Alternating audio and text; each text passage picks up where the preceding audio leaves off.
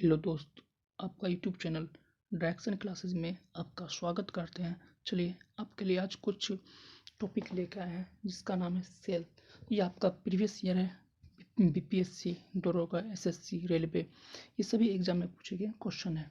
तो चलिए इसके बारे में हम लोग आज कुछ जानकारी प्राप्त करते हैं, उसके बाद फिर हम लोग क्वेश्चन पे चलेंगे। चलिए कुछ बताते हैं। देखिए कि कोशिका का अध्ययन है ना, साइटोलॉजी कहलाता है। क्या कहलाता है? साइटोलॉजी कहलाता है। जो कोशिका का अध्ययन है उसको हम लोग क्या बोलते हैं? साइटोलॉजी कहते हैं। तो देखिए कि सर्वप्रथम कोशिका की खोज 1665 ईस्वी में रॉबर्ट हुक ने किया था। किसने किया था? रॉबर्ट हुक ने किया। तो सर्वप्रथम जीवित कोशिका की खोज 1674 ईस्वी में एंटोनी ल्यूवेनहॉक ने किया था। किसने किया था? एंटोनी ल्यूवेनहॉक ने किया था सर्वप्रथम। चलिए अब देखिए कि ब्राउन ने 1881 ईस्वी में केंद्रक का खोज किया था। किसका खोज किया था? केंद्रक का खोज किया था किसने? ब्राउन ने 1881 ईस्वी में। स्लाइडेन और स्वान ने 1838 से 1839 ईस्वी में कोशिका सिद्धांत दिया था। स्लाइडेन और स्वान ने 1838 और 1839 में कोशिका सिद्धांत का दिया था। तो सबसे छोटी कोशिका माइक्रोप्लाज्मा की होती है। सबसे छोटी कोशिका माइक्रोप्लाज्मा की होती है। किसकी होती है? माइक्रोप्लाज्मा की होती है। सबसे छोटी कोशिका होती है। और सबसे बड़ी कोशिका शुतुरमुर्ग के अंडे का होता है। शुतुरमुर्ग के अंडे का होता है, सबसे बड़ी कोशिका होता है। और सबसे छोटी कोशिका तंत्रिका तंत्र का होता है। सबसे छोटी कोशिका तंत्रिका तंत्र या स्नायु का होता है। किसका होता है? स्नायु का होता है। तो देखिए कि आधुनिक वर्गीकरण का पिता कैरोलस लिनियस को कहते हैं। आधुनिक वर्गीकरण को जो पिता है ना, उसको कैरोलस लिनियस को बोलते हैं। आधुनिक वर्गीकरण का पिता किसको बोलते हैं? कैरोलस लिनियस को बोलते हैं। तो देखिए कि चलिए अब हम कोशिका के अंग के बारे में बात करते हैं। पहला अंग होता है इसका प्रोटोप्लाज्म। कोशिका का पहला अंग क्या है? प्रोटोप्लाज्म है। तो इसको हम लोग क्या बोलते हैं? जीव द्रव्य बोलते हैं। क्या बोलते हैं इसको? जीव द्रव्य बोलते हैं। तो देखिए कि जीव द्रव्य की खोज पुरकिंजे ने किए थे। किसने किए थे? पुरकिंजे ने किए थे। किसकी खोज? जीव द्रव्य की खोज किए थे। किसने? पुरकिंजे ने किए थे। यह एक तारा गढ़ल पदार्थ है। तरल और गाढ़ा पदार्थ है। कौन? जीव द्रव्य, प्रोटोप्लाज्म। इसे जीवन का आधार भी कहते हैं। किसको? प्रोटोप्लाज्म का कहते हैं। तो देखिए कि प्रोटोप्लाज्म में 80% क्या होता है? जल होता है। प्रोटोप्लाज्म में 80% क्या होता है? वाटर होता है। क्या होता है? वाटर होता है। कितना? 80% वाटर होता है। तो यह दो प्रकार का होता है। प्रोटोप्लाज्म दो प्रकार का होता है। प्रोटोप्लाज्म दो प्रकार का होता है। पहला को हम लोग बोलते हैं कोशिका द्रव्य। क्या बोलते हैं? पहला को कोशिका द्रव्य बोलते हैं। कोशिका द्रव बोलते हैं। सॉरी, क्या होता है इसको? कोशिका द्रव बोलते हैं। कोशिका द्रव।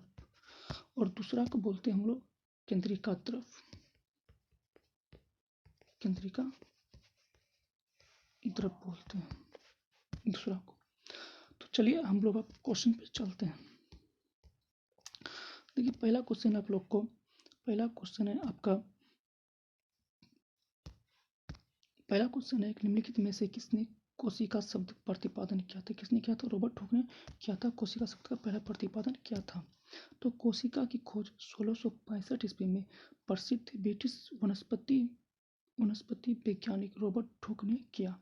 तो रॉबर्ट हुक का अध्ययन उनकी प्रसिद्ध पुस्तक माइक्रोग्राफिया में प्रकाशित हुआ। तो कोशिका शरीर का सूक्ष्मतम रूप है। क्या? सबसे सूक्ष्म रूप है। यह शरीर की एक मूलभूत रचना प्रदान करते हैं और ये क्रियात्मक इकाई है जो स्वतंत्र रूप से जीवन की क्रियाओं को जानने में क्या है? सक्षम है। कौन? कोशिका। चलिए अब नेक्स्ट क्वेश्चन। तो मानव शरीर में कोशिकाओं की खोज किसने की थी?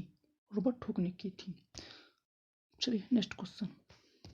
कोशिका की संरचना उसके कार्य के अनुसार बदलती रहती है। तो इस प्रकार उत्तक भिन्न भिन्न होते हैं। जो कोशिका की संरचना है ना, जो संरचना है इसका, उनके कार्य के अनुसार देखिए, जो जिस कोशिका का संरचना जैसा होगा उसका क्या उतना कार्य होगा। तो इस प्रकार उत्तक भिन्न भिन्न होते हैं। उसके कारण क्या उत्तक भिन्न भिन्न होते हैं? उन्हें मोटे तौर पर देश को छोड़कर निम्नलिखित सभी प्रकारों में वर्गीकृत किया जाता है। किसमें वर्गीकृत किया जाता है? उपकला में आपका किसमें वर्गीकृत किया जाएगा? ग्रंथिल उत्तक में वर्गीकृत किया जाएगा। तो उपकला में वर्गीकृत नहीं किया जाएगा, संयोजी उत्तक में नहीं किया जाएगा, तंत्रिका उत्तक में नहीं किया जाएगा, इसको ग्रंथिल उत्तक में किया जाएगा। चलिए इसका आंसर देखते हैं। तो कोशिका की संरचना उसके कार्य के अनुसार बदलती रहती है। तो इस प्रकार उत्तक भिन्न भिन्न होते हैं और उन्हें मोटे तौर पर ग्रंथिल उत्तक को छोड़कर सभी प्रकारों में वर्गीकृत किया जाता है। तो उत्तक के अध्ययन को हिस्टोलॉजी कहते हैं या उत्तक विज्ञान कहते हैं। चलिए नेक्स्ट क्वेश्चन। नृत्य में से सूत्री विभाजन का पहला चरण कौन सा है? तो सूत्री विभाजन का जो पहला चरण है ना, वह चरण होता है आपका, पहला चरण होता है पूर्वावस्था। क्या होता है? पूर्वावस्था, प्रोफेज कहते हैं। तो प्रोफेज में देखिए कि कोशिका विभाजन 3 प्रकार से होता है। सूत्री विभाजन, अर्धसूत्री विभाजन। सूत्री विभाजन की खोज वाल्थेर फ्लेमिंग ने 1882 में किया था। तो विभाजन प्रवाहावस्था के केंद्रक में अनेक श्रृंखला जो केंद्रक है ना, इसमें बहुत सारे श्रृंखला टाइप का बना हुआ रहता है, परिवर्तन होते रहते हैं, श्रृंखला परिवर्तन हमेशा होते रहते हैं, जिनको 4 अवस्थाओं में बांटा गया है। तो पहला को बोलते हैं प्रोफेज, मेटाफेज, एनाफेज और टेलीफेज। तो देखिए, आप सभी का अलग अलग कार्य है। तो केंद्रक कला एवं केंद्रिका को लुप्त होना किसके कारण होता है? प्रोफेज के कारण होता है। सिंपल डन फाइबर का निर्माण एवं क्रोमेटिड्स का दृष्टिगोचर होना इस अवस्था का लक्षण है। किसका? प्रोफेज का। और मेटाफेज है कि क्रोमेटिड्स का मेटाफेज प्लेट्स सेंट्रोमियर से जुड़ना होता है। किसका? मेटाफेज। और ये देखिए कि एनाफेज क्रोमेटिड्स का विभाजन होता है किसमें? मेटाफेज में। और टेलीफेज में होता है केंद्रिका एवं केंद्रक कला का प्रकटीकरण और 2 केंद्रक का निर्माण होता है। किसमें? टेलीफेज में होता है। और चलिए कि 33 में क्वेश्चन देखिए, निम्नलिखित में से कौन से कोशिकाओं के आत्मघाती वेग कहा जाता है? किसको? लाइसोसोम को कहते हैं, या इसको हम लोग आत्महत्या की थैली भी कहते हैं। किसको? लाइसोसोम को।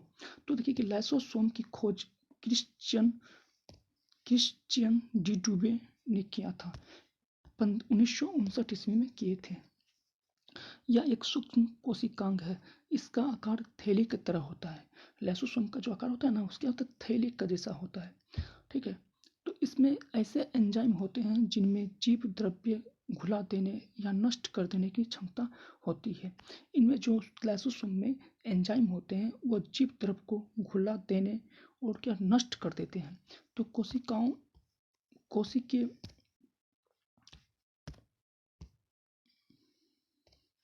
कोशिकीय उपापचय व्यवधान के कारण जब कोशिका क्षतिग्रस्त हो जाती है तो लाइसोसोम क्या होते हैं? फट जाते हैं।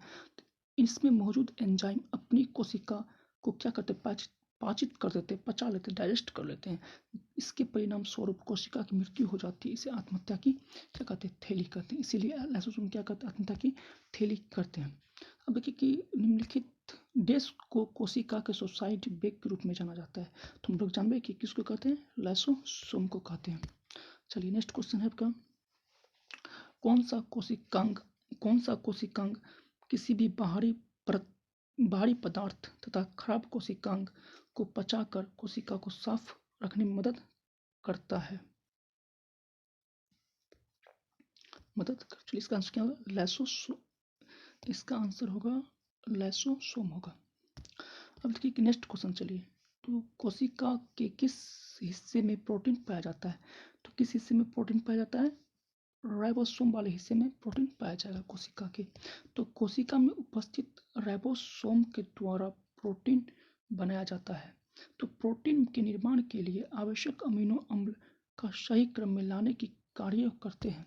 तो राइबोसोम की खोज 1955 के दशक में रोमानिया के वैज्ञानिक जॉर्ज पेलेट ने की थी। और इन्हीं के लिए क्या कहते हैं, राइबोसोम की खोज के लिए ही उन्हें क्या मिला था? राइबोसोम की खोज के लिए जॉर्ज पेलेट को नोबेल पुरस्कार दिया गया था। यूकेरियोटिक कोशिकाओं में आरएनए का संश्लेषण डैश में होता है। किस में होता है? न्यूक्लियस में होता है। किसमें होता है? न्यूक्लियस में होता है। तो देखिए, यूकेरियोटिक कोशिकाएं वे कोशिकाएं कहलाती है जिनमें केंद्रक कला पूर्ण विकसित कोशिकांग पाए जाते हैं। किसमें? यूकेरियोटिक कोशिका में। इनके केंद्रक में प्रोटीन, डीएनए, आरएनए पाए जाते हैं। तो आरएनए का संश्लेषण केंद्रक में होता है, जबकि आरएनए का मुख्य कार्य प्रोटीन संश्लेषण करना है। आरएनए का मुख्य कार्य क्या है? प्रोटीन का संश्लेषण करना है। तो यूकेरियोटिक कोशिकाओं का उदाहरण है सेल, हरे नीले शैवाल के अतिरिक्त तथा सभी विकसित जंतु वनस्पतिकाएं हैं। तो अब देखिए, कोशिका सिद्धांत का प्रस्ताव देने वाले वैज्ञानिक का नाम बताइए। कौन थे? स्लाइडेन और स्वान थे। तो कोशिका सिद्धांत का प्रतिपादन सर्वप्रथम स्लाइडेन और स्वान अपने कोशिका मत में प्रतिपादित किया था। तो कोशिका सभी जीवों की रचनात्मक क्रियात्मक इकाई होती है। तो सबसे पहले कोशिका को रॉबर्ट हुक ने 1665 ईस्वी में देखा था। ठीक है, तो कोशिका सबसे पहले किसने देखा था? रॉबर्ट हुक ने देखा था। ठीक है दोस्तों, चलिए आज तक यहीं तक रखते हैं। उसके बाद नेक्स्ट वीडियो में मिलते हैं आपके साथ। चलिए, थैंक यू इसके लिए।